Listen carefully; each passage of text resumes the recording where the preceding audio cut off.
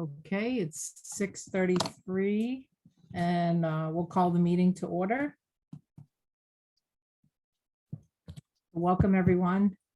The first order of business is present to speak. If there's anyone on the phone that would like to speak, just unmute yourself and state who you are and what you'd like to say.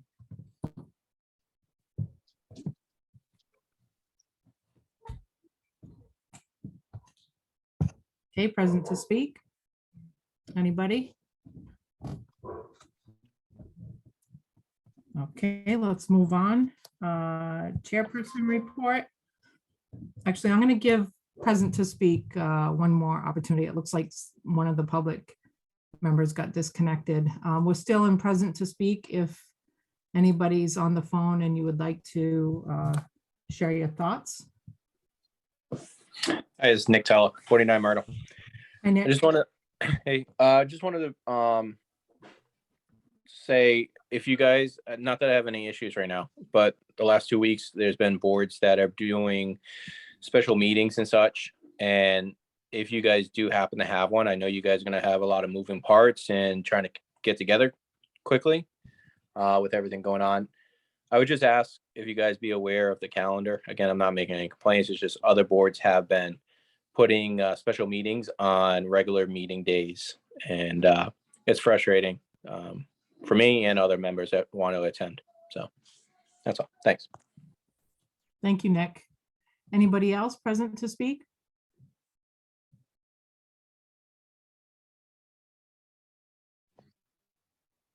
Okay, so let's move on. Chairperson report. I have nothing to report here, but when we get down to communications, I'll bring something up. But let's go into the next item, approval of the meeting minutes from the meeting September 7th, 2022. You should have all received those in your email.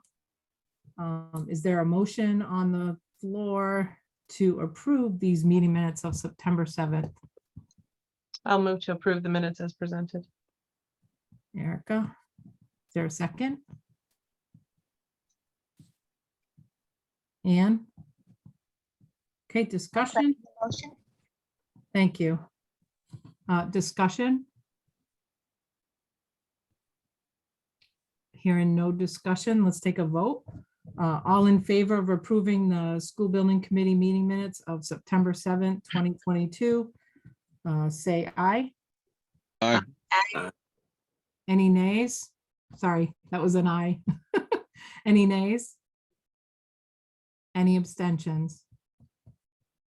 Okay, motion carries. Meeting minutes are approved.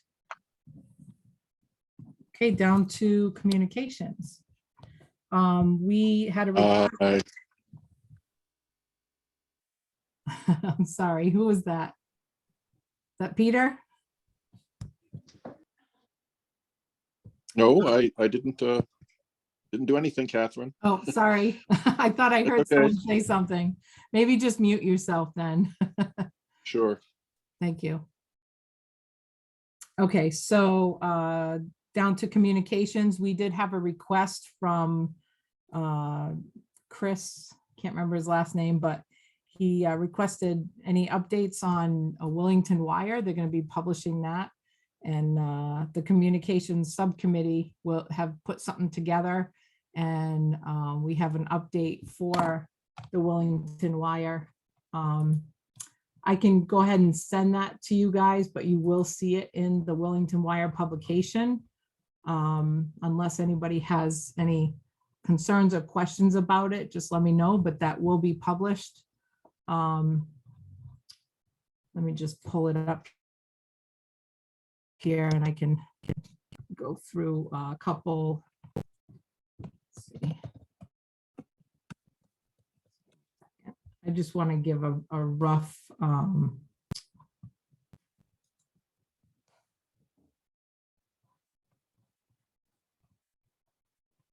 right, I'm going to try to share. Hopefully I don't lose you guys, but if I do, I'm going to stop sharing and then I'll just give a rough overview of what. All right, so this is essentially what is going to be published here. So we talk about that we're continuously meeting. Can everybody see my screen? Okay. And we're still evaluating the two scenarios for consolidation, which is a renovation project and possibility of a new school. Both evaluations are being performed simultaneously in preparation for the town referendum, hopefully taking place as early as this fall. And then we go on to explaining our what we've done with the existing properties, the town-owned properties, and what the land assessment subcommittee has done. We also talk about our Scott Pellman, our owner's project manager, who we've hired and is helping us through these multi-layer steps. We also mentioned the process of presenting a community outreach presentation and how we're going to engage the community. We also talk about the Board of Education, having several meetings to go through and prepare the ed specs for a consolidated school. And then our meeting with the OSCGR, so we give a brief update about that. We talked about the tour that we conducted at Birch Grove. That's a new elementary school. And we also talked about the fact that we've toured both Hall and Center schools.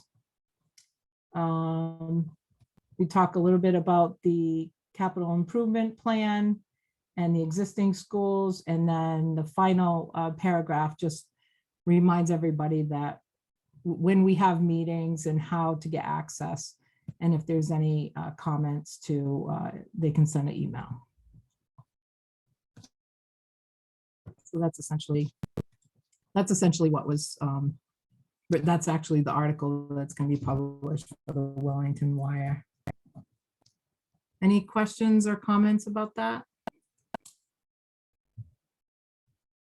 Okay, so let's move on to the subcommittee reports. We have 3 subcommittees. Let's start with the update from the communications subcommittee. I probably stole your thunder right there, right? Because that was a big part of what you guys put together. So my apologies, but it'll make it easier okay. for you guys. We just went back and forth with the article. That's all we did. Thanks for sharing it, Catherine. And then we're also, I think you guys are working on update for the FAQs as well, right?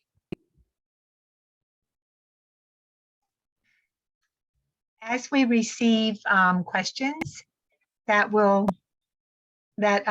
need to be responded on the FAQs, that's kind of ongoing. Yes. Okay, thank you. Okay, but no recent update on that, right? No, okay. Land assessment subcommittee update. I think we lost Mike. Is he? He wasn't on at all. No, Mike disappeared. Yes, There was actually no activity with land assessment subcommittee. Thanks, Rob.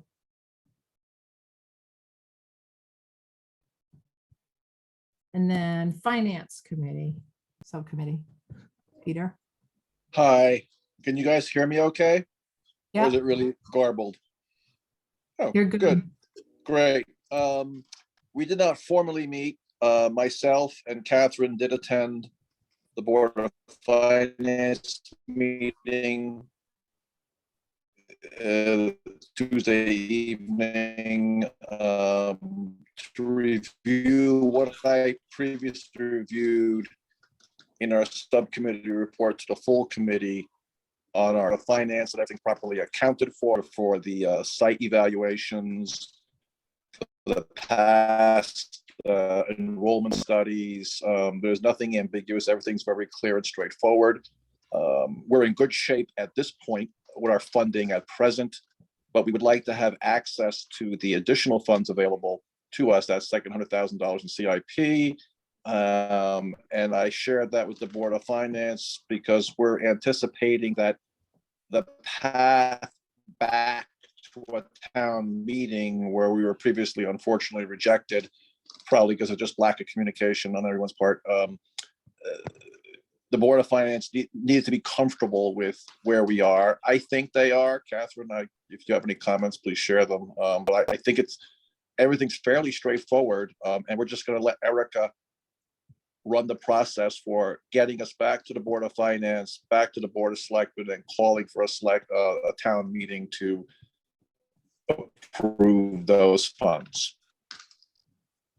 Thank you, Peter. I did have a comment, and I saw that you did a great job at the Board of Finance presentation and representing our committee and where our finances have been spent and what do we have to date. So I think you did a great representation for our committee at the Board of Finance. I think the next steps now are the outreach committee has to finish the presentation. I think once we get that finished, we can send that to the community as well as the Board of Finance. That'll give some information about our committee and what we've done and where we're heading and the next steps. And I think that will help sort of set the stage to justify why we need the additional 100,000, which has already been approved. So, and then the next item is to get it on the agenda. Which is something we've done in the past. That's something I can request of Mike as the chair of the Board of Finance. I can send him a note asking him to get us on the agenda. So I see that as our next steps. Erica? Yeah, so Catherine, I think what Peter was alluding to, and I'll just correct him. I think it was Peter and I who were at the Board of Finance meeting on Thursday. I was So, on the No, call. Catherine was on oh, Zoom. were you? I didn't see you on the call. I Yeah, apologize. I was on the call. So, gotta we sit in have the right reached spot. out to our town attorney to make sure that the process for going back for the money Oh, follows the correct path. We just want to make sure that we don't miss a step and if there's any sort of timeframes involved. So we're waiting for response from him. We were working with the town clerk's office to see if we could get some information. The statute's a little bit unclear, which I think is purposeful oftentimes. So while you can send a communication, I'm not quite sure we're ready for that. And we want to make Okay. sure we stick to the process. So as soon as I get some clarification from the town attorney, I'll get back to you, Catherine. okay, that'll be great. Thank you both. All right, old business. Owner's project manager, Collier's update. Go ahead, Thank you, Scott. Catherine. Good evening, everyone. Scott Pellman from Colliers. Earlier in the week, I reviewed the ed spec with Phil. There's been a few more changes based on the last meeting with the Board of Education. And it's critical. I think, Phil could probably talk to the fact that it sounds like the board and Phil are very close to getting it finalized. I have been producing a number of draft estimates for the different options that we're looking at. The critical aspect here is that they're square foot estimates, based on the ed spec program. So every time the ed spec program changes or is modified, it changes the estimates. Therefore we need that finalized so I can finalize the estimates and then we can, look forward to getting those out and start talking about potential costs with the community.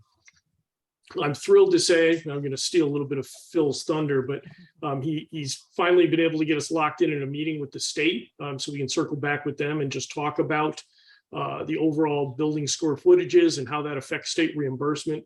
That meeting's happening on October 5th. So we're very eager to have that meeting. We're going to be preparing some additional examples to justify what we believe is going to be a path for additional state reimbursement. But again, looking forward to having that meeting and then reporting back to the committee. We did late this afternoon finally receive the phase 1 environmental reports.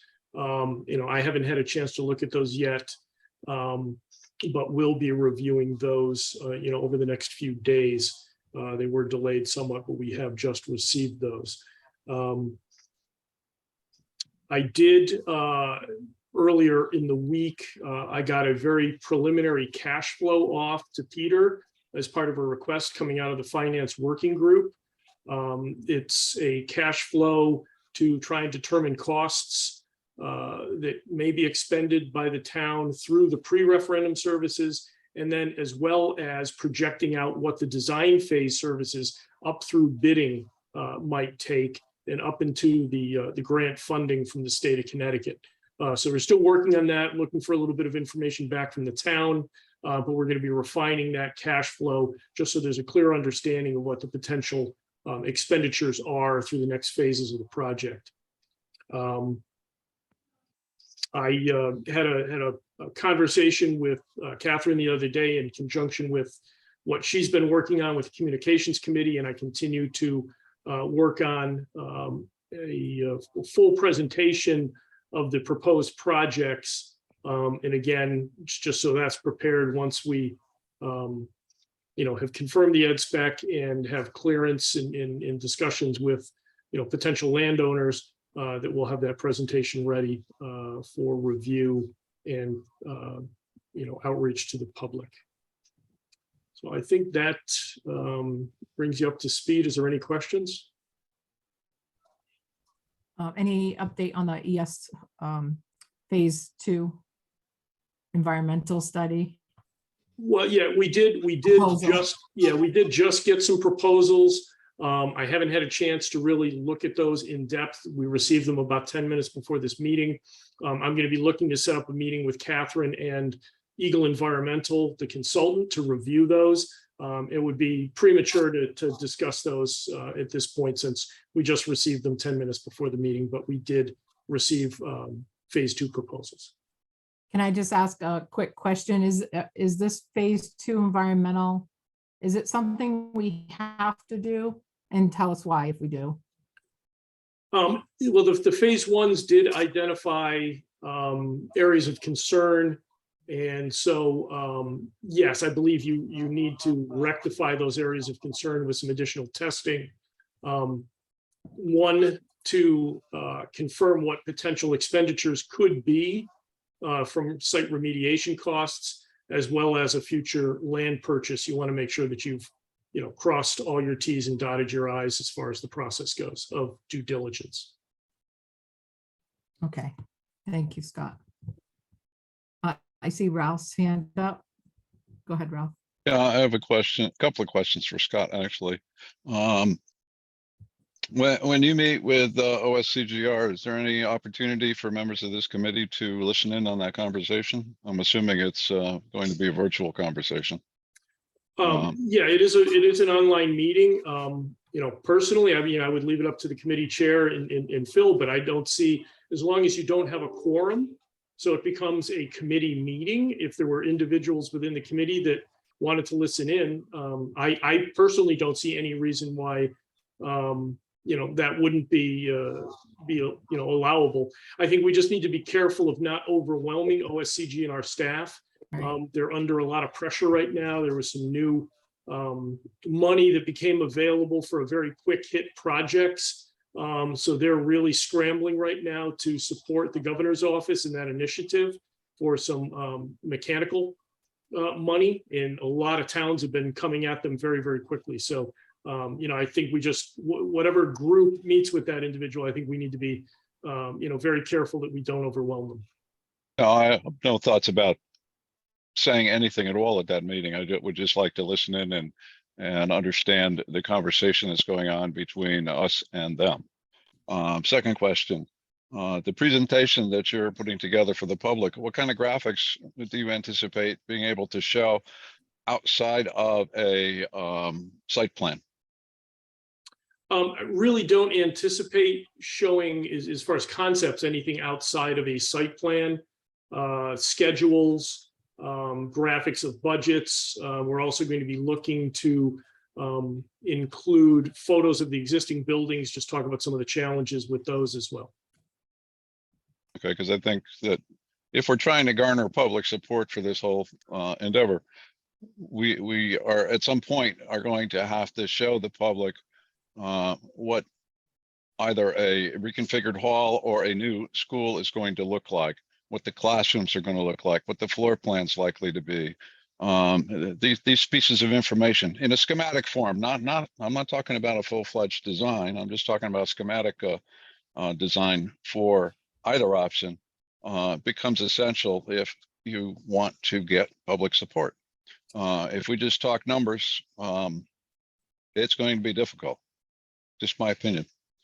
Yeah, Ralph, why don't we, I know you have a lot more to say about that and we'd love Okay. to hear it. Let's, it's gonna be coming up on, under new business. But I just wanted to address your question about attending that meeting. I think the original idea was to just keep it to the, to the major players of this committee, the representatives of the committee as myself and the superintendent, and then of course Scott as the owner's PM. Because,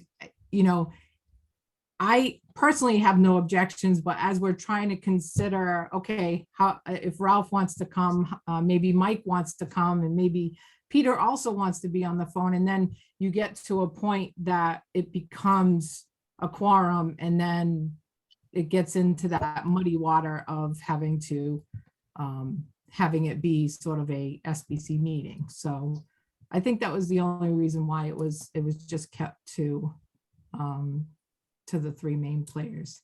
No, I And understand the concerns, Catherine. we do meeting it- minutes, so I mean, we can share the meeting minutes just like we did in the last conversation, the last meeting we had with them. Is it possible to record the meeting and share it? I don't know what the legality is there, but That's a good Phil question. I think that's a great idea. Scott, I think that would be a question we'd have to pose to OSCG and our staff to see if they were comfortable having that recorded. Certainly we can ask, and if they are amenable to that, certainly we could pursue that. okay, thank you. Thank you. Okay, so thank you, Scott, for your update. Any other comments from the committee members on the update? Phil, go ahead. Yeah, Scott, I just want to clarify and make sure I'm on the correct page. The phase 2 recommendation that you've received is for both sites, not just one site, correct? Correct. Thank you. Okay, any other questions? Peter, is that your hand? Yes, it is your hand. Go That's ahead. my hand. Go ahead. A question for Scott. Thank you, Catherine. Scott, I'm anticipating that if you're having this meeting with OCRG, that you'll be working off some sort of ed spec abstract that you have, or a working copy thereof. I did attend the Board of Ed special meeting the other night, and was able to take some notes, but there was nothing conclusive. So I'm wondering if you could share with us what you're working off of, at least so we have a better working knowledge of all this.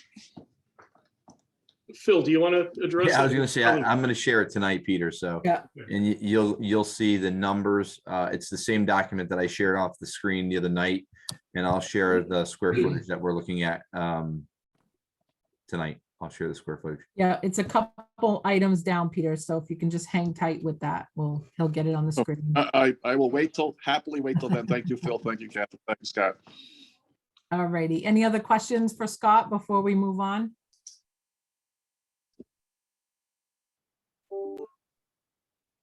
Okay, next item is a community outreach task group.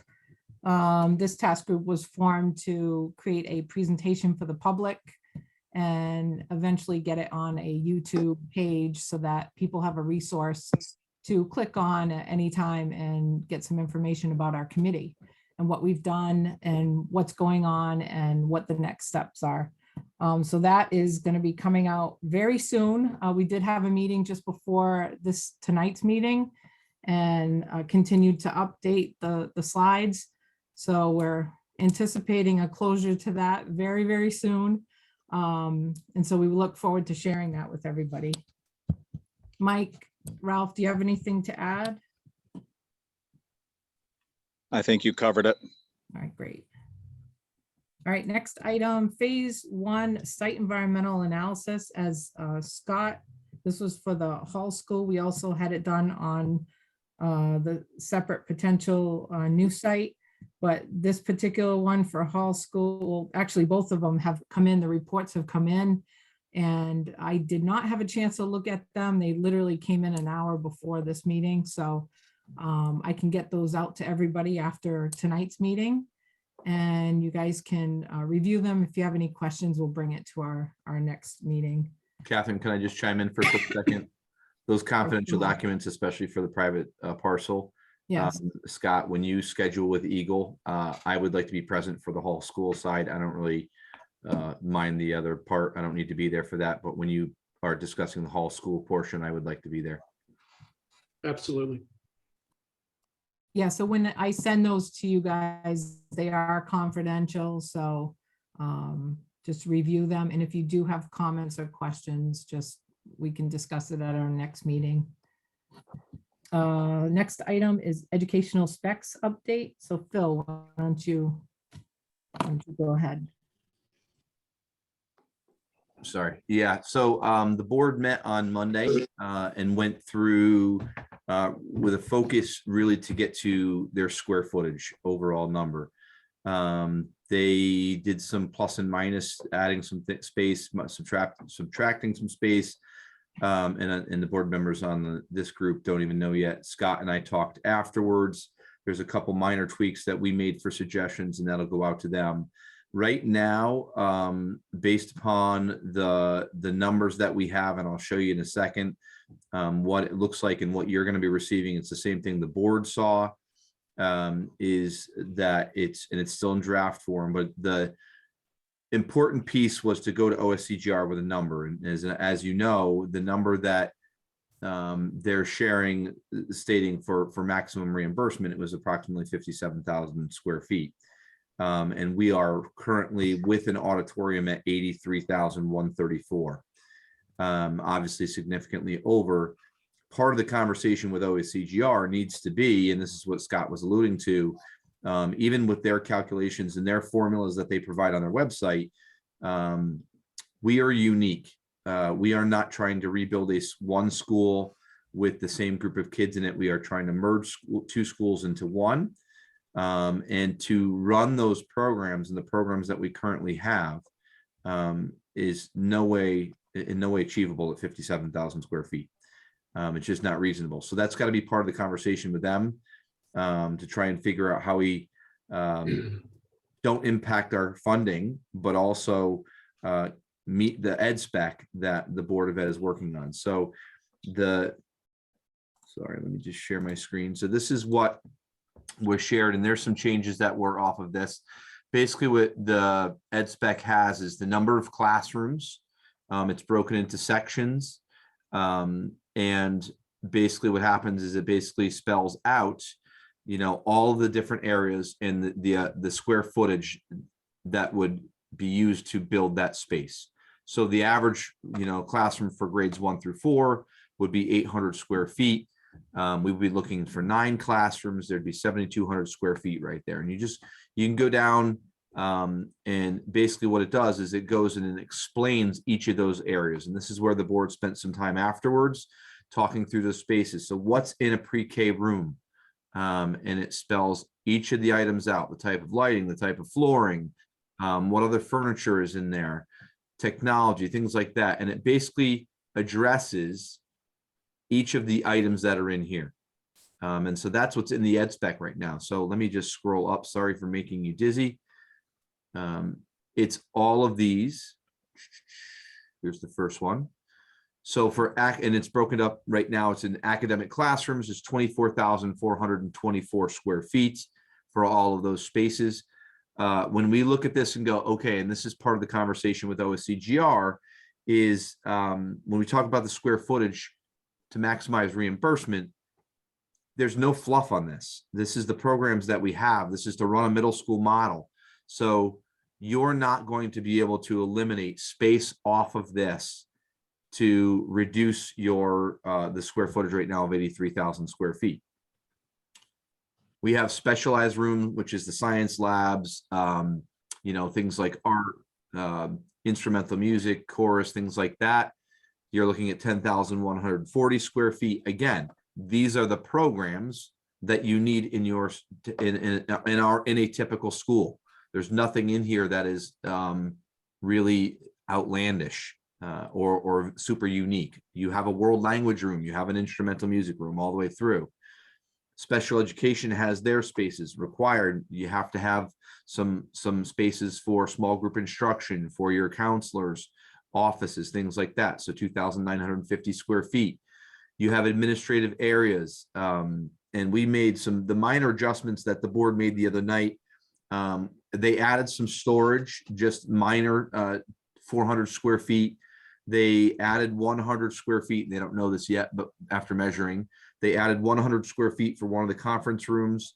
We added 200 square feet to increase the size of the steam room because of what's in the ed spec writing. The band room was slightly decreased so that we could increase a chorus space to 1,000. And then the breakout areas, because they're part of the hallways, we decrease them a little bit. So the bump out is not as big and it saves us some on square footage. And that was the big piece of it. I'll talk about common areas. When we get into the common areas, one of the things that I'll be communicating out to the board was specifically around the auditorium. In my communication that's going out tomorrow is really around, they wanted to be able to seat the entire student body, all students and all staff. Talking to Scott and listening to what other people have, that doesn't exist in the public school sector. E.O. Smith can't seat all of their student body and staff. Any people that are building auditoriums, they're just not built that size.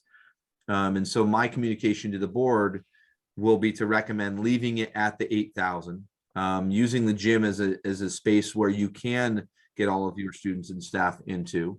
And the reason why is, we put an approximate number on adding an additional 1,000 square feet into this auditorium is probably close to $700,000. And it's significant. So, and that not only adds more money onto the taxpayer, but it also, you add more square footage. Now you're decreasing your reimbursement rate as well. So those are kind of the highlights of what the board has been looking at. Again, the size, you get the 24,000 square feet. So your net program total is 64,744. And this is not updated. It doesn't have the updates I just shared on it yet. This is just the PDF that I shared the other night. The mechanical rooms, all those things are in there. So even though this says 82,834 after the board meeting and after meeting with Scott, the current number is 83,134. So that'll give you the square footage to meet the ed spec for the Board of Education right now. Whether that is a renovation or a new building, those are the things that are built into the ed spec. Scott, what did I miss? I think that was a great great review, Phil. I will say the one thing again that was encouraging, pending our meeting is after the last time we met, Bob Selmer called me back and said, hey, looking at small schools, because we started to broach the subject last time we went with the state. And he called me back after the meeting and we just had a little discussion. And he said, I completely get it. I understand. In essence, if we built just 2 classrooms per grade level, threw in a gymnasium, a cafeteria, a kitchen, and an administration area, you'd be at 57,000 square feet. So he had already acknowledged that their space standard, when you get to these smaller schools, doesn't work. And that's where the opportunity for a discussion here and, maybe some special legislation or, a clarifying letter in understanding with the state is going to be critical to maximizing the state reimbursement. And Scott, and that's precisely why this October 5th meeting was set up, right? Is that Absolutely. right? Yes. Correct. Okay. And just a quick question before I jump to the hands on the call. Phil, so what if we go to this meeting with the OSCGR, we make our plea and say, look, this calculation of coming up with a maximum reimbursement for square footage is not realistic. Ours is 83,134, and we believe that they should increase their maximum allowable square footage. What if they say, too bad, I can't change it? What does that mean to us as taxpayers? Does that mean we're only going to get the 57,000 square foot reimbursable? So as you go over your square footage, to a certain point, and eventually this will be in Scott's presentation to the public, right? Because, you know, depending on the response from OSCGR, you want to be able to do a public presentation based upon their response that's accurate. Based upon their response, he can then put a number to the square footage and the reimbursement rate, whether it is a renovation or it is a new building. You get reduced. The town's reimbursement rate gets reduced as you go over your allotted square footage, that 57,000 square feet. So that's why this conversation is so critical, because, and, you know, I was glad, and who Scott mentioned a minute ago was from OSCGR, the individual that called him. I think they get it. And we're unique in this because we're blending two schools together. So if there's a potential for us to get some special legislation, which has occurred before, it's occurred before, that may help us. The other thing that helps some would be adding the auditorium as an alternate. But it's still, even as an alternate, it would still impact your reimbursement rate unless you had special legislation. So, I mean, you know, the ed spec is the ed spec, and there's only so many ways you can be creative and cut some spaces. But like Scott said, you know, to come up and cut 10,000 square feet, it just doesn't exist. If you're going to do that, you are going to eliminate programs. There's just no question about it. And significant programs. It's just, you know, not achievable, I would say. All right, thank you, Phil. All right, we'll go. I'm not sure who had their hand up first, but I've got Erica and Ann and Mike. So go ahead, Erica. Thank you. So Phil, I know when we did the prior study back in 2017, and I'm not interested in the bottom line number. We know those are incredibly out of date, but they had given us an option that had central office. I noticed that was not in the administrative, right? So you're planning to keep the superintendent's office here? Yeah, correct. You know, I do a lot of work with the business office.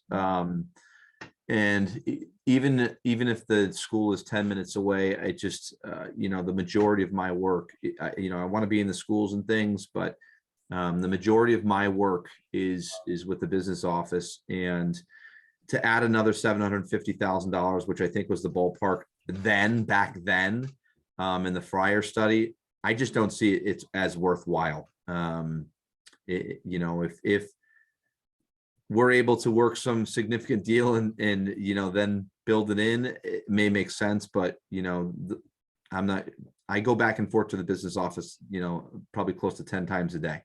So I'm not, it's not in the ed spec. I think it's important to, you know, talk to that, right? You've already cut something out that someone might see beneficial in the school, because the number in 2017 was about 878 local share and about 300,000 to the state share. So we know it's going to be considerably more than, and it's a pretty roughly small space. So yeah, and the state has recently confirmed that, and I'd have to go back and look at the Fryer numbers, but they will only reimburse 50% of your rate for a Board of Ed facility. So again, I mean, I think the direction from Phil in what we're, you know, recommending to this group is, you know, we're really looking to maximize reimbursement and be as fiscally conservative as we can with the overall project. So yeah, I don't think recommending adding more square footage and scope onto the project, especially at a further reduced reimbursement rate, would be prudent. I think that's great. Thank you. Okay, thank you. Ann? I was wondering how many seats would there be in the 8,000 square foot auditorium? Approximately? Scott, I think you said 4 to 425. I said 450 the other night, and I think I was high. Yeah, I mean, again, we looked at a number of existing, currently built in existing auditoriums, and you know, 425, you might squeeze a few more seats in, Phil. So I mean, you may get closer to the 450 for around 8,000 square feet. It really depends on the layout, the design, you know, how that's achieved. And again, it should be noted that the state only reimburses for 50% of your student body. So the state would only theoretically, you know, reimburse you for about 210 seats of the 425, let's say. Oh, But certainly since this is the only facility in the district, for a combined school, I think we would at least make an attempt to argue that, we don't have a high school. The state's going to come back and say, well, we don't build auditoriums for towns, we build them for schools. But I think we would still push, or at least ask the question to see how far we could push them in providing reimbursement. Okay, and then right now you have 8,000 in that 83,000 number? Okay, all right, very good, thank you. thank you, Anne. Mike, you had your hand up earlier. Yes, I just wanted to clarify. I think I understand, but I want to be sure I understand what happens to the effective reimbursement rate when we go over the state's guidelines. If I'm understanding it correctly, if the state guideline stays at the, say, 57,000, whatever the number was, and we continue forward with a proposal at 83,000, the state will reimburse at whatever the percentage rate is for the type of project, whether it's new construction versus renovation type construction, whatever that percentage is, they'll reimburse that percentage based on the 57 or whatever their agreed upon number is. Well, All the actually, square footage. Go ahead, Mike. Go Sorry. ahead. So this, any square footage that's over the state's guideline, assuming we don't get waivers or anything else, we pay, the taxpayers would pay 100% of those square feet, basically. So you could argue the effective change, if you go up or down, changes the percentage, but the percentage stays the same, but it only applies to the allowable square footage, or am I incorrect? You're incorrect to a point. It's formulaic, and the reason they don't say we're going to reimburse you at your 57% for your 57,000 square feet, and then after that it's on you, because districts would pick and choose what square footage they were in. They'd say, okay, we want the state to reimburse us on the most costly square footage, the high density areas, the kitchens, places where you're spending a lot of money. So what the state does is there's a formulaic approach, and let's just say you're 20% over what the state would allot you. Let's say you're 20% over your 57,000 square feet. And your reimbursement rate for new, I believe is about 57%, 54%. What they would do is they would reduce that 54% by 20%. So you take 57%, whatever your reimbursement rate is, multiply that by 0.8, and let's say it goes down to 49. Then they would apply 49% to the entire project. So there's actually a punitive, essentially, part of it. If you go over on the square footage, you actually go backwards in your reimbursement, even from the baseline. It's punitive. It goes back to the baseline, but it's applied to the entire square footage, and that's the way they do it formulaically. Right. So there's a punishment basically for going over. Yes. The state has historically made it very difficult to hit a space standard for schools. They're great about saying we're going to give you all this money, but then there's all these things they have in place to kind of take that back. Anything that's over the property line is not reimbursed. There's a number of limited eligible items. So we should be qualifying this saying eligible construction at the rate. But yes, but in your case, it's further compounded because you've got 9 grade levels at only 420 students. So, the amount of spaces and programs you need to educate that range of students requires a number of program spaces. And 57,000 square feet is not even close to allotting that square footage to make a basic school. Okay, I just wanted to understand if it stopped, or if there was a rollback, a punitive part, and there is a rollback as we go higher on square footage. Yes, okay, thank you. Thank you, Scott. You'll have to come up with a good slide for that one to share with the public. I think that might need some graphics. Any other questions about the update that Phil shared with us on the ed specs? We have Peter, go ahead. You have to unmute, Peter. Peter, you have to unmute.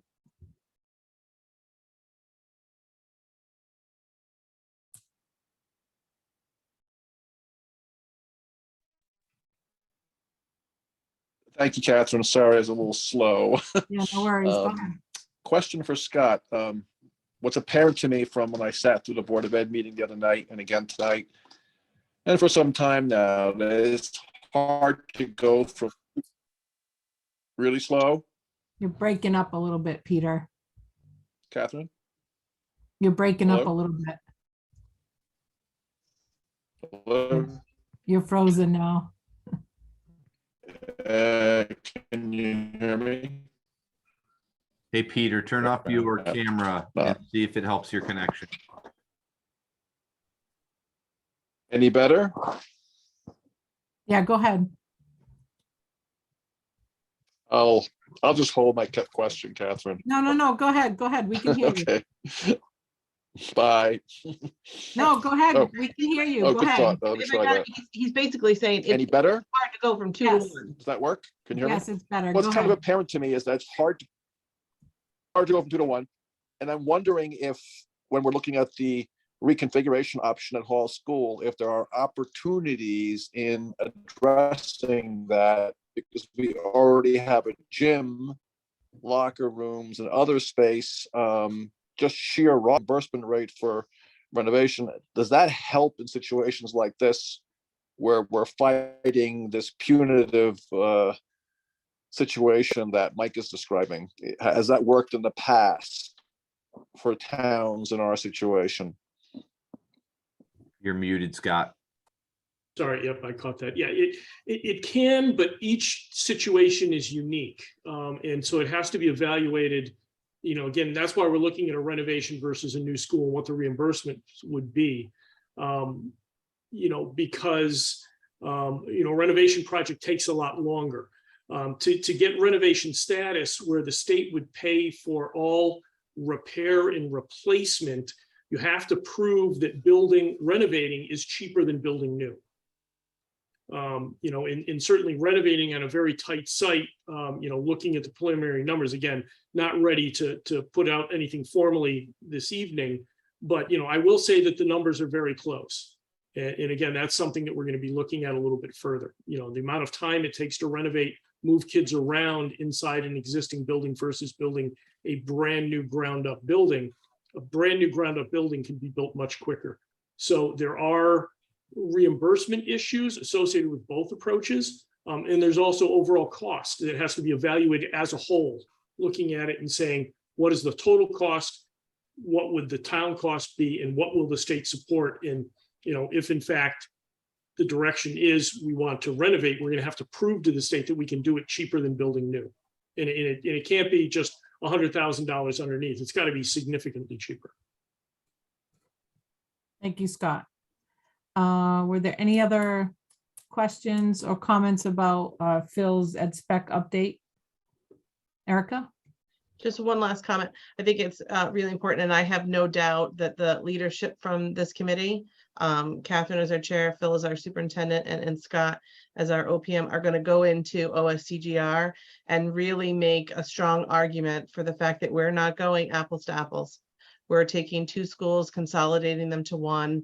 And because of some of those limitations with our youngest students and their access to spaces, is driving some of this. So I look forward to hearing what you all, the feedback that you get, but I know that you'll go in there and make a really strong argument for some sort of exception or legislative change to allow for the best reimbursement for our town. And if I may take the liberty, Erica, you made a great point. And, Phil and I were discussing this the other day. If you look at your 2 existing schools and their gross square footage, when you add those up and when you add the current ed spec program, the current ed spec program is about 10,000 square feet less in area than you currently have between your 2 existing schools. So there are efficiencies, not having 2 kitchens, 2 gymnasiums. And I think, Phil, again, you could probably talk to it much better than I, but you're not swimming in space at either of your facilities currently. There is not a lot of excess overflow space. So, in fact, looking at the 2 existing schools, we are reducing the overall square footage by approximately 10,000 square feet with the current proposed ed spec.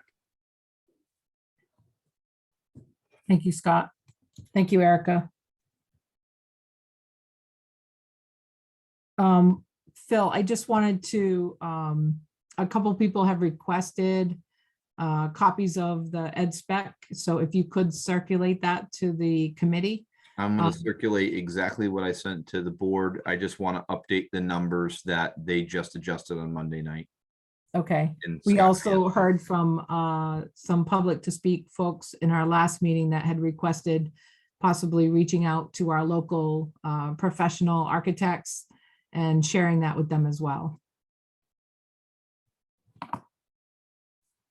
for their feedback. We'll keep this on the agenda for our next meeting as well, so that if we have any updates to it or any feedback from the public or the committee members, so that we can have that conversation at our next meeting. Okay, so no other comments. We'll jump down to new business. Item A, response from the Office of School Construction Grants and Review, which is also known as OSCGR. So I think the last update we had done was we had sent some communication to them about their feedback on the Hall school deed. And I'm not sure if we got a response, Phil. We did, and I'm going to show you the response because it's pretty short.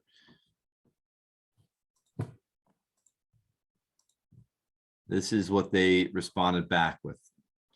For OSCGR senior management, we cannot make the determination. We must defer to your town attorney. If you would like to meet or need a formal response, please let us know. That was their response.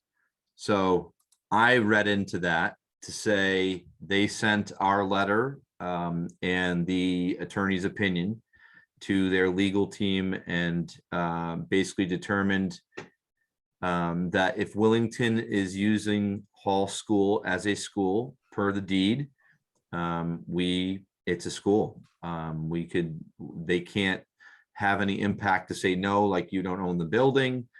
And so based upon the feedback from the attorney is that it's definitely eligible for a renovation, and we wouldn't be penalized for that.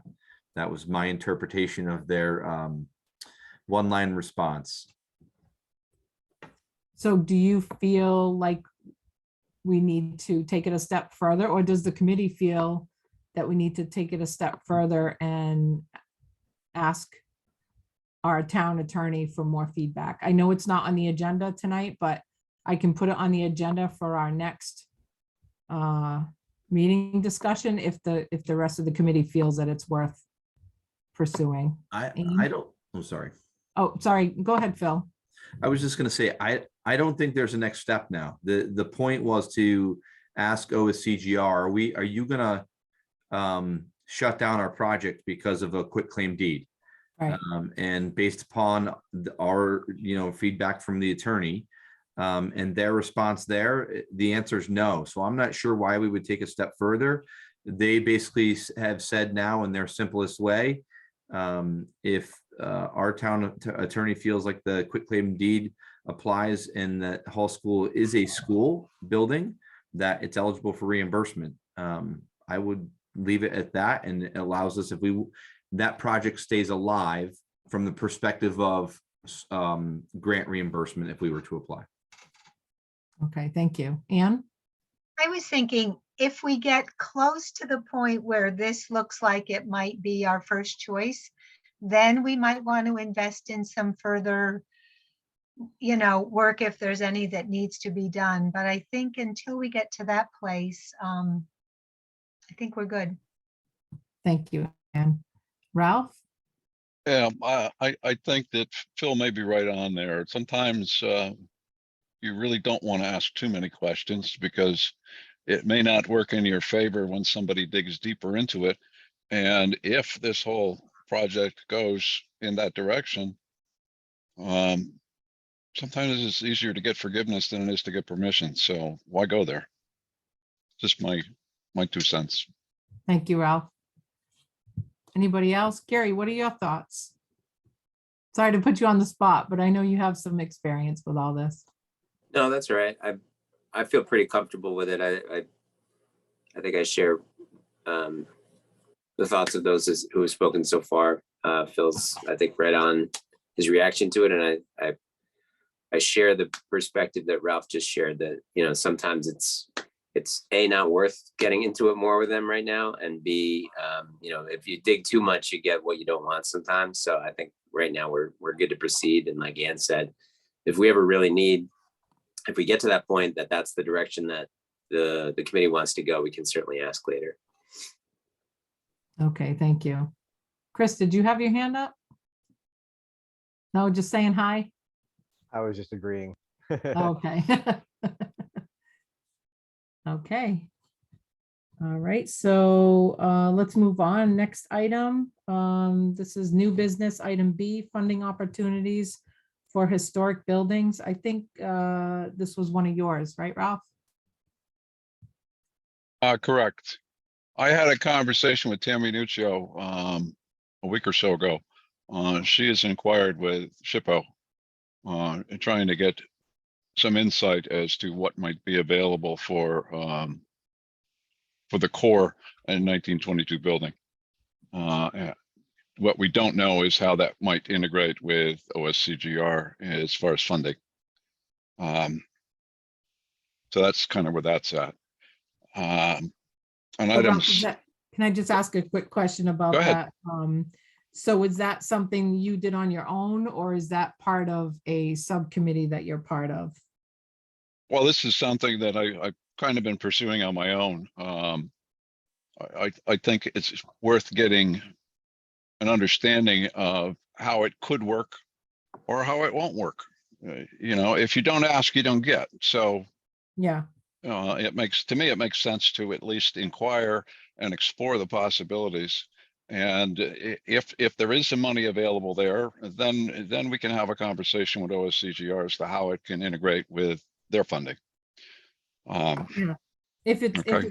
yeah, I was just thinking that might be something helpful for the finance committee, subcommittee to integrate. So whatever feedback you get from your I will own share. research, yeah, maybe that would be something that the finance committee, I don't know if Peter's still on, I think he is. I He's see not. iPhone there. That might be him. Yeah, yeah. Yeah, so anyway, you may want to, whatever you find there, and I don't know if it's too late to add people to that finance committee, but I think that'd be helpful information for the members of the finance committee, because I think that we're looking at some grant opportunities. Well, possibly. I follow their meetings too. So if I do, I will share whatever I learn. Yeah, and if I can just tap into Scott for a minute here, I think I heard some information that if there is like grant opportunities like that for historic or for I don't know, some other special reason, Scott, can you just repeat what I think what you had mentioned is that they'll Well, I may have, depending on the situation, I may have misspoke. I mean, certainly if you get a rebate that they paid for, they'll take back that portion of the rebate. So let's say, like Eversource has, it comes on and off depending on the stability of where Eversource is, rebate program for putting in energy efficient light fixtures. And let's just say at the end of the project, they give you back a check for $200,000. The state's paid 50%. The state's going to take 50% of that rebate. We are seeing projects right now that have ESSER fund grants and other things where we bid out a specific portion of the project, or the state has allowed to break that portion of the project away from state funding and allow it to be paid for by the ESSER fund. So okay. I would think that some type of a SHPO grant, if that is the, what you pursue, I think we could, look at it in that same fashion. But certainly, again, we'd want to do our diligence with the state to make sure that how we were bidding it and funding it was very clear. Again, I think if it was for a specific portion of work, we'd need to break that portion of work out within the bid and say the bid is covering the SHPO grant or whatever is covering this portion of the work, be it brick repointing, exterior facade, something of that standpoint that would be directly tied to historic preservation. Okay. All right, well, that's better news than what I had heard, which is, I think you had said that if you get outside grants, they actually reduce your funding, but. I you didn't have- misspoke, apologize. Okay, all right, phew. All right, so Ralph, whatever you find out from that, like I said, I think the funding I committee. will share. Committee, yeah. Anne has her hand up, I think.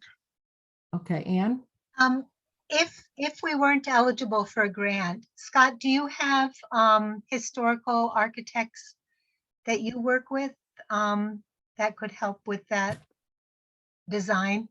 Or it would go out to bid to, Yeah, we're not designing your building. We're your owner's project manager. So we're helping you, procure all your consultants, looking at schedule, budget, all the state coordination paperwork. We're going to be watching your construction, reviewing all your invoices and so forth.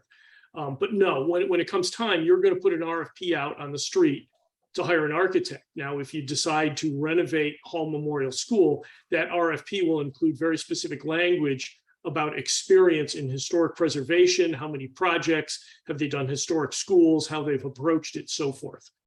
Exactly. okay, Which thank is a good segue to our next item, unless there's any other comments on the funding opportunities for historic.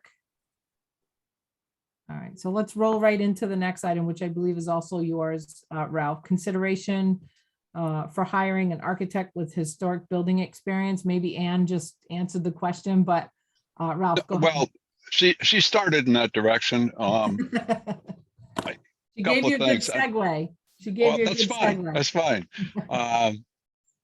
With respect, it looks like we're getting close on an ed spec, which is a good thing. I also think that if we're going to go public with anything as far as our progress, it's time for us to start considering bringing an architect in to do schematic design, not full design, so that we have something tangible to present to the public when we're going to need their support. We can't build their support on a plot plan, number of classrooms, square footage, and dollars. We have to get them excited about a building, be it new or be it some kind of reconfiguration of hall, which can integrate in with getting an architect with experience with a 1922 building. The one advantage of trying to repurpose an older building is the quality of materials used to build it is far better than what is commonly used today for this type of project. Yes, it's a challenge to make it work, but this is where the wisdom and the spatial viewpoint of an architect comes into play. And we're going to need that. We're going to need some kind of a sketch, a rendering of what the building could look like, be it a new school or be it a reconfiguration of hall. We're going to need some sketch of floor plans so that people can understand how the spaces integrate with the curriculum and the ed spec. And I don't think we'd be wasting money by getting an architect involved in schematic design. Not final design. We're not going there. No architect, I mean, no engineering at this point, no electrical design, no plumbing design, just the space. I think we should go in that direction because we're going to need to be prepared to sell this to the public. That's Thank my you, pitch. Ralph, just a quick question. Were you noting the schematic design for both hall and a potential new Yes, school? yes, I'm talking about both. Okay, and then the only question I have is about the timing. I think you're absolutely correct that we're going to need all that. I'm just, in my head, I'm just questioning about the timing before we even know which direction we're going. So I'm going to open it up to the committee for discussion. I'm going to call in everybody. So Phil, why don't we start with you? Gary spoke. He raised his hand first. I'm all set. Oh, sorry. Go ahead, Gary. Thanks. Yeah, I'm in agreement with Ralph that we're going to need that for sure. I mean, that's, you know, to his point, that's how you communicate to especially visual folks about what we're talking about, and you know how you start to build support for it. I do wonder whether while we haven't decided on one of the two directions is the best time to do that. I would hate to get it to the point that, anybody's making a decision based on two conceptual drawings, right? So you have conceptual drawing of Paul and you have a conceptual drawing of a new school, and that's how, you're going to make the decision, or somebody's going to make this decision. We are, maybe the public. That doesn't quite seem right to me. I think we really have to decide which road we're going to go down. And then immediately then I think it's time to do what Ralph's talking about and get a conceptual drawing that we can get excited about and really show people, what we're asking them to get behind. Thank you, Gary. And that's a really good point. The question is, what is going to be the deciding factor for the voters? Is it going to be the cost? Is it going to be the location? Is it going to be the historic preservation? What is it going to be? All right, Phil. So I'm just curious, Scott, what Mansfield did in this. How did they? I mean, they had a successful referendum. They're blending multiple schools together. When they did their public presentations, what did they bring? I know, and I'll answer part of the question that I know is that the superintendent brought, there was videos and there was presentations on 21st century classrooms. What is different? What does it look like? That's built into the ed spec. But what was beyond that for Mansfield? Yeah, not every town chooses to hire an architect in advance. They did, and developed some concept art and graphics. I'd have to look it up. I believe the fee for just the schematic effort for the architect was close to $100,000. And I would anticipate it at least being that much, if not more, for both sites. You'd want to have an engineer to do at least use GIS mapping and do a site plan to go along with their proposed schematic design. And then the issue you have now in the case of Mansfield, the final design did change quite a bit. They ended up hiring the same architect that did the schematic design to do the full project. It was close. They almost hired a new architect. So, certainly from a marketing standpoint, test fit, getting some general ideas, you can get a schematic design done, and that was part of your RF, queue to us. So I can absolutely put together an RFP for architectural services for one or both sites for a schematic design. But once your referendum is passed, the state's going to require that you go back out for architectural services. So you may get a completely different architect, to design the building, and they may go in a bit of a different direction. Or you could choose to select the same architect that you've been working with. You'll have to go through the selection process. Scott, quick But, question. it's a lot more than a $10,000 effort. I'll put it that way. Scott, quick question on that. That effort, that schematic design effort, that is not reimbursable, right? Because it's pre-referendum? Correct. Okay. All right, thank you. Chris, let's hear from you. Sure. I think Ralph's idea is great. And I also will think that Gary makes a really good point in terms of if you bring to the public two options that may garner support, but there's a possibility that some towns members might really favor one option over the other. And if that option isn't the realized option, that they might lose support for you overall. So it might make sense to really identify a singular option before advertising what a new option would look like. That's just my input.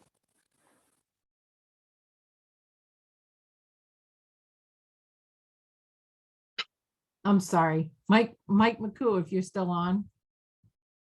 I sure am. So this is a tough one for me because I am a firm believer that we need to give Hall School a lot of consideration. And I think one of the ways we may need to make that consideration and to do it effectively is to dig in deeper and spend some money. But I also don't like the idea of spending a lot of money on a plan that isn't the plan that we've necessarily settled on. So it's sort of a catch-22. We have a unique situation that we have this building and we have this history, and a certain amount of a successful school is certainly school spirit. School spirit can be built in a new school or in an old school, but you do have some already built in there that I think would be neat to leverage. Certainly as a parent of multiple kids in that school right now, part of my school spirit in supporting them and the programs they're doing in that school is the fact that I'm an alumnus of that school. So I do think it needs special consideration. I think it's worth spending some money on, but I wrestle with how much we spend when it isn't the chosen path. I just really don't have a good answer. And it's not reimbursable, which is another factor to consider. Thank you, Mike. Erica. So I'm not going to say anything new that anyone else hasn't said, except that number Scott just gave was a little startling. I don't know if anyone else's eyes popped out of their heads. So our neighbors spent $100,000 on schematic for one option. I think if it's a direction we're going, we need to recognize that we struggled to get, for various reasons, our next $100,000.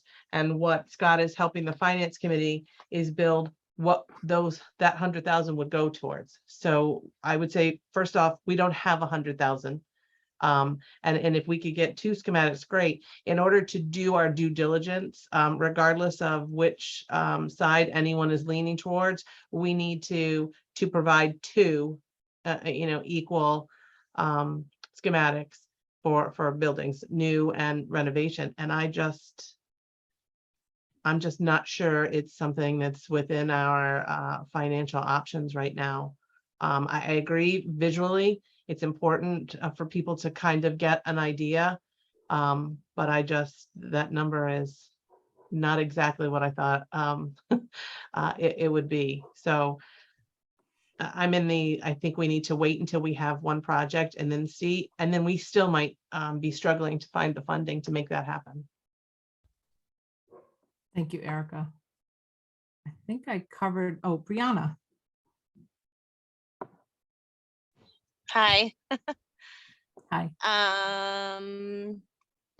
Yeah, I think visuals are really important, and especially when they tug on those heartstrings a little bit, like Mike was mentioning about being an alumnus and having those emotional ties to that wonderful building in our town. So I am looking at it a little differently and wondering if maybe at some point we could give our students an opportunity to draw what they would like to see in their school or what it looking like from the outside. It would be pretty neat to see what they think would be great as students in our district. And maybe actually they'll have some creative ideas that we haven't thought of yet. So that's just what's stewing around in my head. Let's pass out some crayons. You might be drawing a lot of igloos. Hey, it could work. Possibly. So I'd like to just comment and try to collect some of what everybody's been saying. I think what Ralph has presented as an idea is a great idea, and I think we have to do it at some point. But as I mentioned earlier, I just don't know if the timing is right at this point. I'm not saying that a schematic design wouldn't help the support of the voters. I'm struggling with the 100,000 plus cost for hiring an architect for doing 1 or 2 options, and then having that money not be reimbursable. I mean, it's going to be a challenge enough to get the townspeople to vote for the cost that this school is going to cost for the town's portion. So to add $100,000 that's not reimbursable, that doesn't set for me. That's one of the struggles I have. I am not an alumni of Hall. However, both my kids are at Hall now, and it is a beautiful building. But I also understand from a construction standpoint, that there's a lot of limitations, and we'll get into that. And once we do our presentation and we talk about the existing buildings, but there are a lot of limitations with Hall. And so for that, I kind of struggle with spending the money at this time for an architect to do schematic design. But I do like the idea. It's all about the timing. Catherine. Okay, well, Ralph's got his hand up. Mike. Oh, sorry. Go ahead. That's okay. Go ahead, Ralph. Okay. I get what everyone has said, and I understand that. It's an investment either way. Whether we do it now, whether we do it later, it's an investment that the town's going to have to make. I think that at least going through the RFP process, we don't have to hire anybody, but let's find out what the real cost would be. Mansfield was dealing with a much larger school, I believe, if I'm not mistaken, and Scott can confirm that. We're talking about a school with a school student population of what, at best, 420 something maybe, that may or may not be increasing. If we do the RFP, we'll have a real idea of what it's going to cost us. And if we choose not to proceed with that at this time, fine. But at least we'll get some insight with respect to cost, and perhaps some insight from the architect or architects that do respond as to what the possibilities are. And it would help this committee to make a decision on which direction we should go. Thank you, Ralph. I'm very adverse to this committee deciding exactly what we need to do without the taxpayers' input. Thank you, Ralph. The one additional item I wanted to point out is that we hired Colliers. They're our owner's project manager, and Scott happens to be an architect. And Scott did put together some mass layouts for us on our new site, new school, and also did a test fit with the square footage that we had as an estimate at Hall School with a proposed revised layout, which everybody has seen. So I don't think we should dismiss the work that he's done for us. And, you know, I think we go to the townspeople with that, and the budgets that he's putting together and the schedules that he's putting together. And we put that out to the townspeople and get their feedback, you know. Maybe your suggestion, Ralph, is something we can be brought up later in the next couple meetings, unless if you feel like you want to put it on the next meeting agenda to prepare an RFP. It's not on the agenda tonight, but if you do want to pursue that, we can add it to the agenda for next meeting. I think we should. I think we should pursue it. We don't have to do it, but I think we should at least feel out the marketplace and see what is possible. And no disrespect to Scott, but the site plans that he's developed are not exceptionally more complicated than what Mike has put together, that what I've put together. We're fitting little boxes on the plan and seeing what fits. That's not the kind of work that an architect could do for us. They would go a little bit, actually probably a lot deeper than just fitting things on a site plan. Okay, thanks, Ralph. Erica? Yeah, so with all due respect, putting an RFP out that we don't intend to do anything with, I'm not sure it's the best way to go. A lot of work goes into that, and a lot of work goes into that by, you know, staff, whether it be out of my office or out of Phil's or Catherine's time or Scott's, something that we don't intend to do, but just look at a number. I hesitate to do that. But what I would suggest is, let's leave this on the agenda. Let's revisit this after your meeting with OSCGR, when maybe we'll have something a little bit more from them. I don't know what will come of that meeting, But maybe it will point us in a different direction based on some feedback they give us. And then we can have another conversation, because if I'm not, correct me if I'm wrong, we meet on October 5th and you're meeting with them earlier that day. So you'll have, you know, a little bit more information from them there that may be still leading us down two paths. Maybe they'll have something else to say. So maybe we just hold on to this, but I would hesitate to say or vote in favor of moving an RFP that we didn't actually intend to do anything with. Okay, well, it's still in discussion right now, so nothing's been brought to the table for a vote. So we're just in discussion still. So Mike, you Mike. have your hand up? Mike has his hand up. I do, thank you.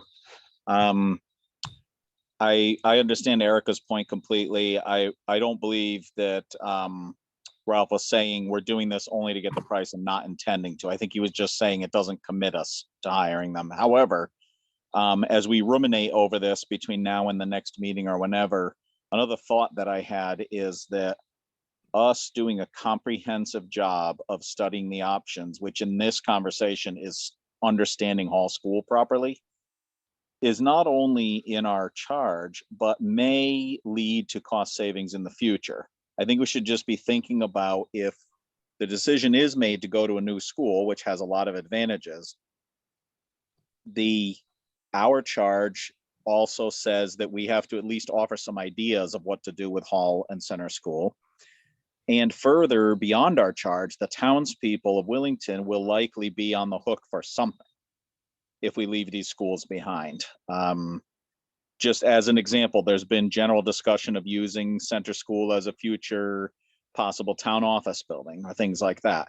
There will be money associated there. And in the case of this conversation, Hall School, if we choose to move on from it, we know there's a complexity here.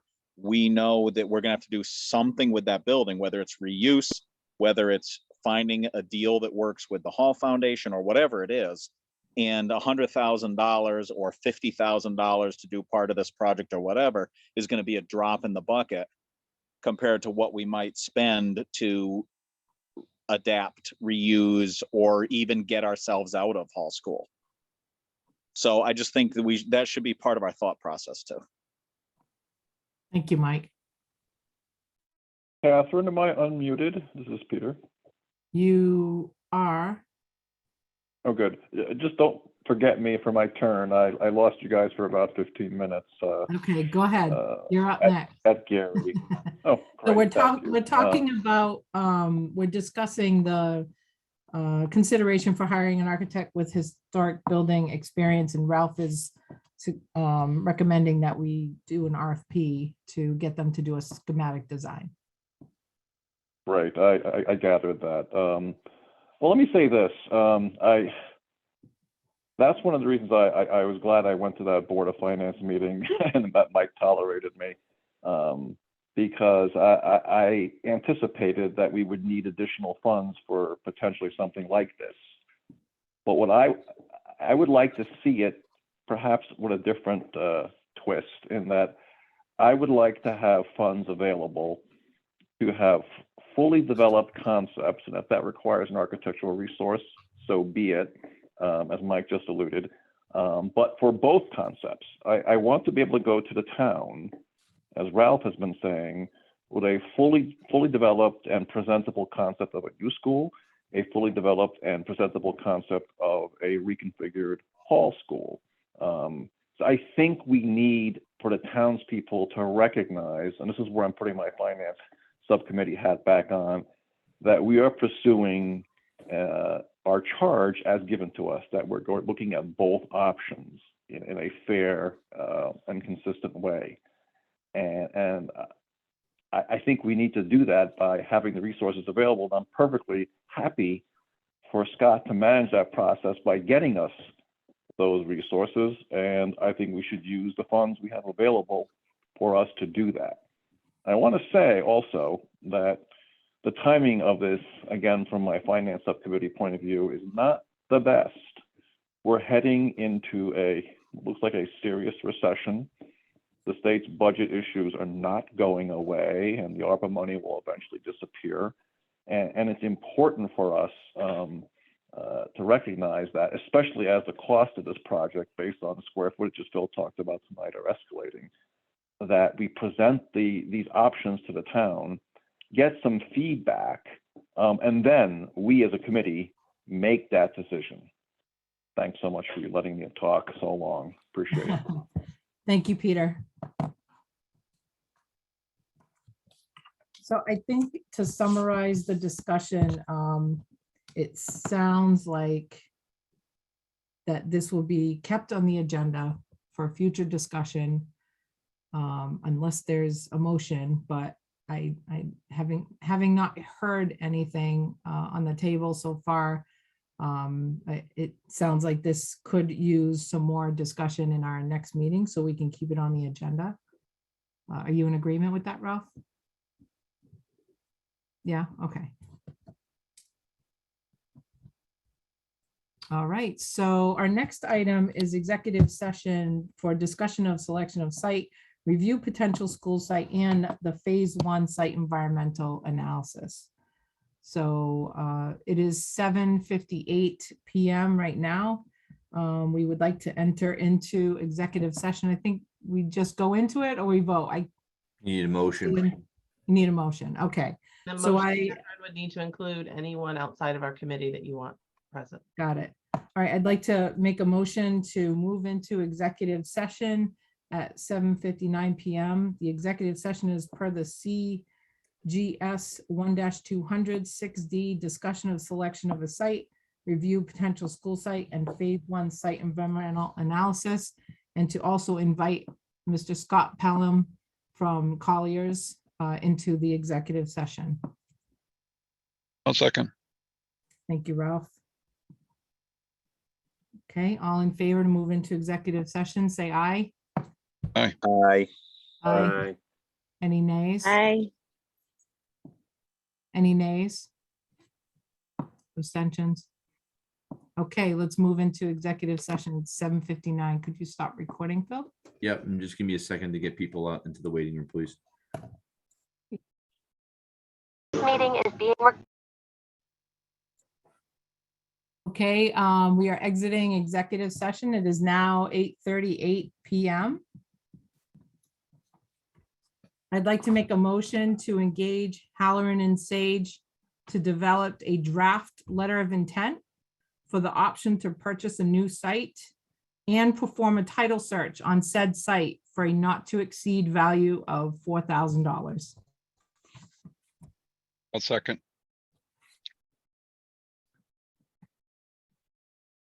Okay, discussion. We can't have discussion, or can we? You have to. We have to open to it. Discussion. We have a motion and then we have a second. So any discussion on this? Did you say private parcel? Yeah, I believe Purchase. she did. That's Private site, correct? I said for the option to, for the letter of intent to purchase for the option to purchase a new site. Can we add the word private in there as a friendly amendment? Yes. A new private site. So engage Halloran and Sage to develop a draft letter of intent for the option to purchase a new private site and perform a title search on said site for a not to exceed value of $4,000. Okay, so we have a first and a second with the friendly amendment that Thank you. Gary made. And no discussion, so we will go to a vote. All right, all in favor of approving the motion, say aye. aye. Aye. Aye. Any nays? Any abstentions? Dang. What was Peter's vote? Aye. It's okay. You have to do a roll call anyways. Right? Phil, you don't vote. I'll vote yes. Erica's abstention. Anne?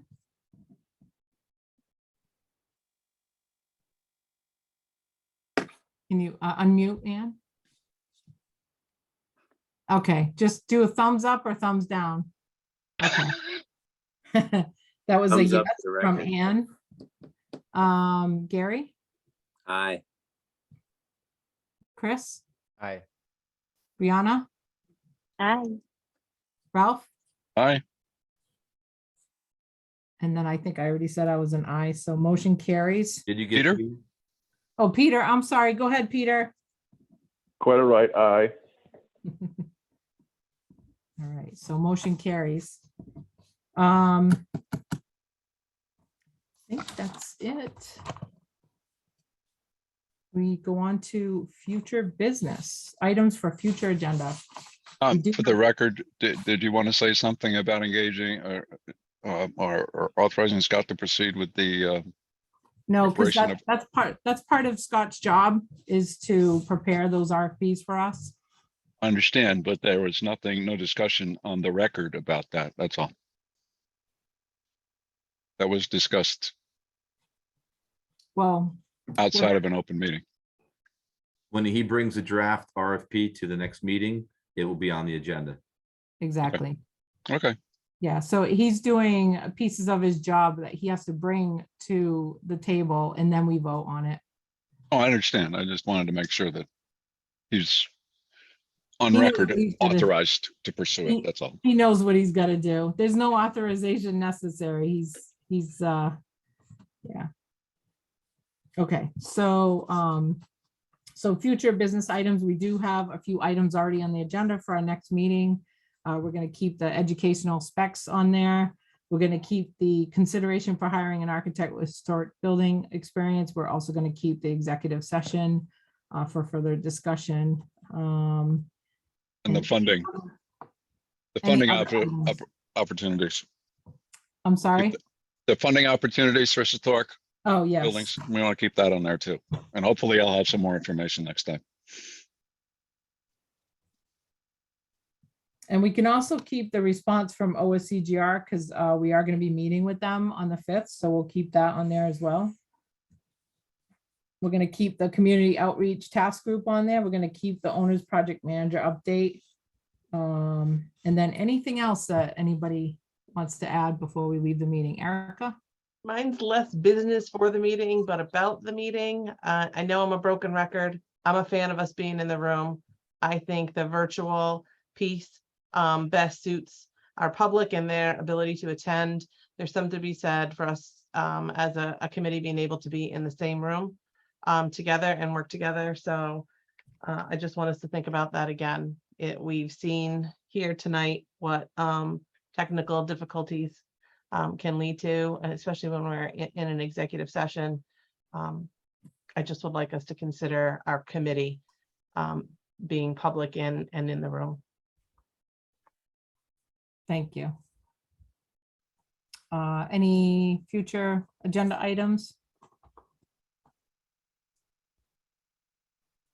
Okay. Is there a motion on the floor to adjourn the meeting? You get present to speak. Present to speak. Oh, I'm sorry. All right, present to speak. Ralph, you should take my job. No, thank you. I don't think you want me as chair. Present to speak. If you do have anything to say, just take yourself off mute and we'd love to hear from you. Hey, it's Nick Tello, 49 Myrtle. Hi, Nick. So start off, I like what Erica said about being in a room where people can show up. So something earlier, so 83 projected for the square footage. I saw states allowing 57,000, if I'm seeing that right. I'm kind of confused on what Scott was saying as far as like every percent you're over, if that comes off the reimbursement. So in theory, I mean, with that, if things were to stick right now, they would only do 12% reimbursement, which I expect things to change, but just kind of curious if that 12% number is really accurate. With that being said, I mean, $100,000, I don't know when the OCGR meeting is with that, but I think asking for $100,000, I mean, you guys know where I am on that opinion. I think you should have that meeting with the state, knowing where they're going to be as far as allowing 57,000, coming to a meeting and telling the public, hey, things looking a little bit better for reimbursement would be helpful before asking for $100,000. $100,000 for a schematic design is crazy. I was just talking to an architect during the meeting, and he was saying that those numbers can be anywhere from 100,000 to 300,000. So that goes into my concern is that my biggest concern on asking for 100,000 is we ask for 100,000, we come back, ask for another 100,000, ask for just put it out to the public. Say, listen, we got 400,000. We're asking for 100,000 now. We're going to come back to you, ask for another.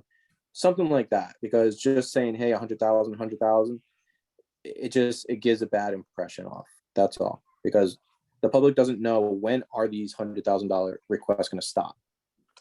So that's kind of my 2 cents on that. I saw an article on CT Mirror about officials vowed a speedy audit for Connecticut school construction program after a scandal. I guess school superintendents and local elected officials were being pressured from the state to choose specific contractors. Nothing that I think is going on in Willington, just wanted to put that on the radar, and not sure if that's going to slow down any funding to the town of Willington if the state's putting anything on hold as far as reimbursements. I think that's pretty much it. Thank you. Oh, and so for me, I'm sorry, the last thing I have is the cost. So what matters to me as a taxpayer at the end of the day is what is going to happen to the mill rate. If the mill rate is not as impacted as, if the mill rate's only going to go up, say 0.1, which not, but for a new building, and then it's going to go up 2 for Reno, obviously I want a new building. If the roles are reversed, then whatever the mill rate is going to be impacted the least as a taxpayer and in front of the public, that's what I care about. Everybody has their own different thing, but that's all I have. Thank you. Thank you, Nick. Anybody else, public to speak, present to speak, I'm sorry. Just unmute yourself and.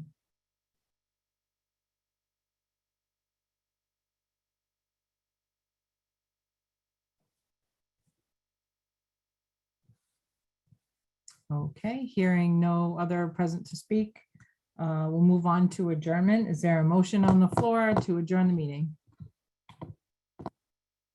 So moved. Okay.